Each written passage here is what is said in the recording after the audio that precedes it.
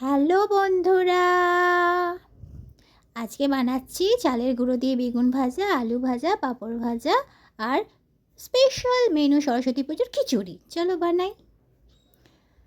আমি এখানে নিয়ে নিয়েছি 200 গ্রাম তোমার গোবিন্দভোগ চালের সাথে 200 গ্রাম সোনা মুগের ডাল। চালটা আমি ধুয়ে রেখে দিয়েছি। মুগের ডালটা আমি খোলা কড়াইতে ভেজে তার সাথে মিশিয়ে বসিয়ে দেবো। এর সাথে আমি নিচ্ছি গোটা 6 আলু, একটা গোটা ফুলকপি, আর এখানে দেখো রয়েছে 3টে টমেটো আর গোটা 5 কাঁচা লঙ্কা। এর সাথে কড়াইশুঁটিও কিছুটা আছে। আর আমি এখানে কিছুটা কড়াই তেল দিয়ে একটু চিনেবাদাম ভেজে নিচ্ছি, আর কিছুটা বিউলির ডালের বড়িও ভেজে নেওয়া হয়ে গেছে।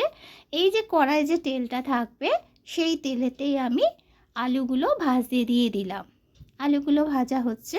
আলুগুলো লাল করে ভাজা হয়ে গেলে আমি তুলে নিয়ে তাতে আমি দিয়ে দিচ্ছি পুরো কপিগুলো ভালো করে আমি ভেজে নেব। কপিগুলো ভালো করে আমি ভেজে নিচ্ছি। কপিগুলো লাল করে ভাজা হলেই আমি তুলে নেব। কপিগুলো ভাজা হয়ে এসছে, লাল রং ধরে গেছে।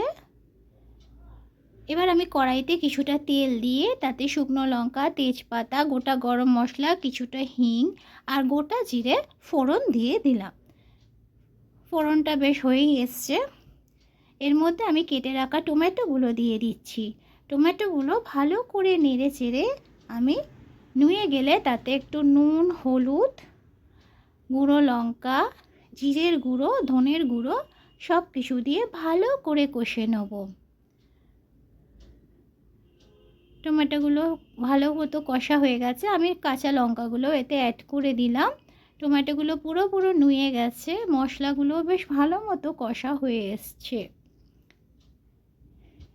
এই কষা মশলাগুলোর মধ্যে আমি আগে থেকে ভেজে রাখা আলু আর কপিগুলো দিয়ে দিলাম।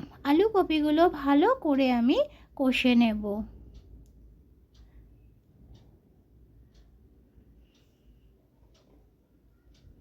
আলু কপিগুলো আমি সব দিয়ে দিচ্ছি।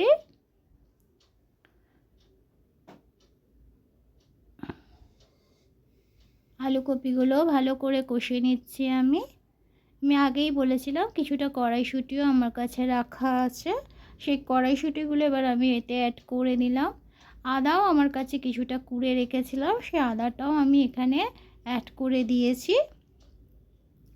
ভালো করে মশলা ধরে আসছে। ওদিকে চাল আর ডালটাও প্রায় অনেকটাই ফ্যান উঠলে গেছে। ওটার সাথে আমি এটাকে ভালো করে কষে মিশিয়ে নেব। কষা প্রায় শেষ হয়ে আসছে। এবার ওই খিচুড়ি মানে চাল ডাল যেটা আমি সেদ্ধ করে রেখেছিলাম তার মধ্যে আমি আলু, কপি, কড়াইশুঁটির যে মশলাটা দিয়ে বানালাম সেটা আমি পুরোপুরি অ্যাড করে দিলাম, কারণ আলু কপি গলতেও সময় লাগবে। এবার আমি এই ফাঁকে বড়িগুলোকে গুঁড়িয়ে নিচ্ছি। বড়িগুলো গুঁড়িয়ে নিলাম। এই বড়িগুলো আমি পরে খিচুড়িতে অ্যাড করব। এতে কিছুটা আমি যেহেতু চিনি ব্যবহার করি না তাই কিছুটা গুড় দিয়ে দিলাম। দেখো খিচুড়ির রঙটা কিরকম সুন্দর পাল্টে যাচ্ছে আস্তে আস্তে। খিচুড়িটা প্রায় হয়ে এসছে আর ভোগের খিচুড়ির মতো একটা গন্ধ ছাড়ছে। এবার আমি কিছুটা গরম মশলা গুঁড়ো আর এক চামচে না হাফ চামচের মতো ঘি দিয়ে দিচ্ছি। এটা আমি ভালো করে নেড়ে ঘি আর গরম মশলাটা খিচুড়ির মধ্যে মিশিয়ে দিচ্ছি। ভালো মিশে গেছে। রঙটাও কিরম চেঞ্জ হয়ে আসছে আস্তে আস্তে। খুব সুন্দর লাগছে দেখতে। এবার আমি গুঁড়িয়ে রাখা বড়িগুলো যেগুলো আগে গুঁড়োলাম সেগুলো আমি খিচুড়ির ওপরে সাজিয়ে দিচ্ছি। খিচুড়ির ওপরে সাজিয়ে দিলাম।